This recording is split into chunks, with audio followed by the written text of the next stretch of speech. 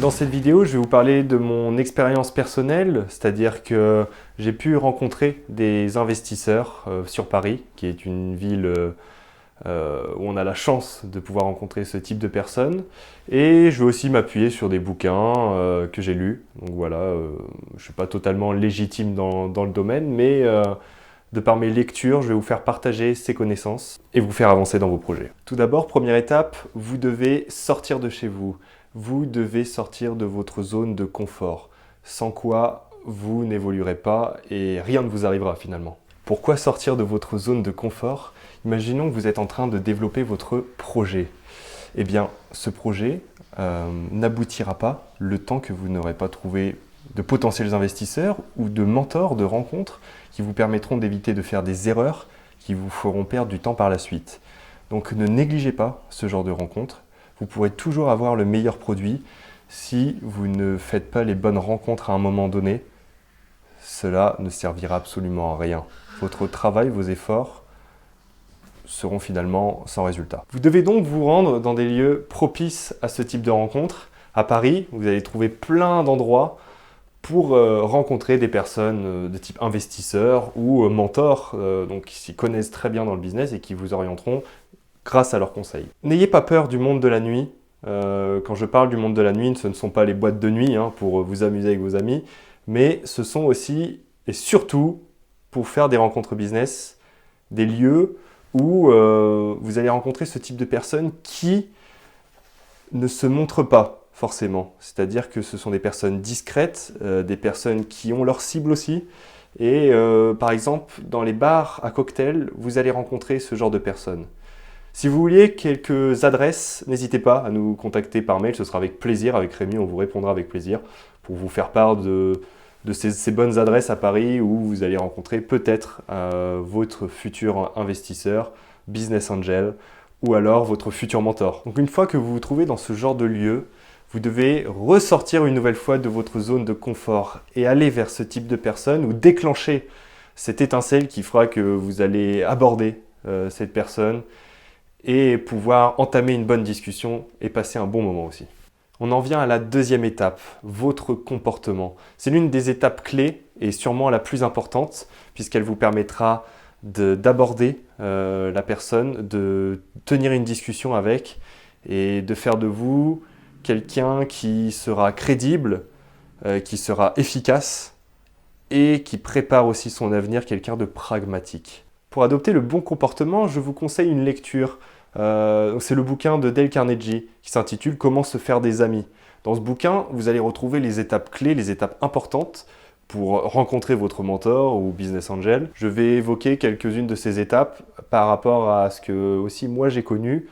Et donc, il y a toujours une petite distance entre la théorie et la pratique. Donc, je vais essayer de lier ça pour être le plus réaliste possible. Tout d'abord, vous devez montrer le meilleur côté de vous-même, c'est-à-dire vous devez faire preuve de sympathie.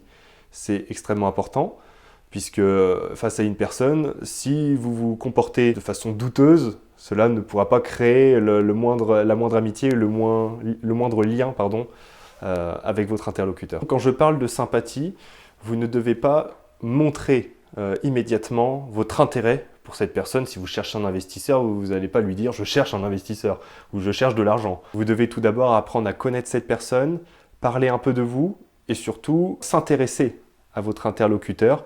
C'est une preuve aussi de respect, c'est une marque de respect. Cette personne peut aussi être votre mentor. La majorité de vos mentors seront sûrement plus âgés que vous. Vous avez tout à apprendre d'eux et donc on arrive à l'un des points importants, vous devez être humble. Vous ne devez pas vous vanter de votre produit ou de ce que vous êtes en train de faire. L'humilité est une marque de respect et aussi une marque de réussite. Une fois que votre conversation est bien entamée et que les présentations sont faites, vous devez, durant votre conversation, trouver un point de convergence avec votre interlocuteur. Alors c'est là que s'applique la réalité. Utilisez vos passions, que ce soit sportif, que ce soit au niveau de la cuisine ou autre, pour vous mettre en valeur et aussi vous élever. Il n'y a rien de business là-dedans, mais il faut trouver un point commun avec votre interlocuteur. En ce qui concerne Rémi et moi, ça a été un élément clé pour rencontrer certains investisseurs et mentors aussi. On a partagé tout d'abord un cigare ensemble, on a discuté de ce cigare, on a discuté aussi de nos connaissances par rapport au cigare et toute la culture qu'il y a derrière. C'est très intéressant d'aussi faire part de ses connaissances par rapport à ça, ça peut surprendre des personnes et ça les change aussi de discussions de business. On pourra en venir plus tard aux discussions de business, vous aurez tout le temps de parler de votre projet. Vous devez programmer une deuxième rencontre et donc soumettre une potentielle invitation que vous confirmerez ensuite par message.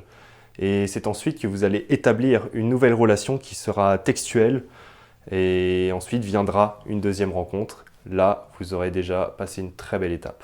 Donc n'oubliez pas, le plus important, vous devez en première étape sortir de votre zone de confort, sortir de chez vous, aborder les gens et donc aussi trouver les lieux propices au business.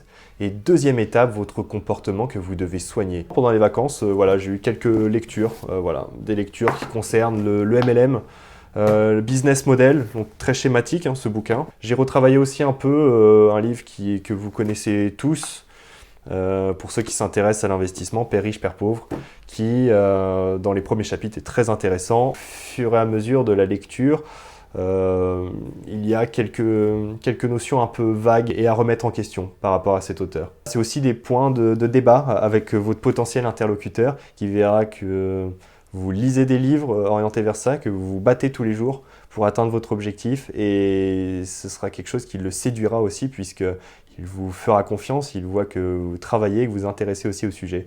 Et peut-être a-t-il lu le livre, c'est aussi un sujet à proposer lors de votre discussion. Ocean Biestra.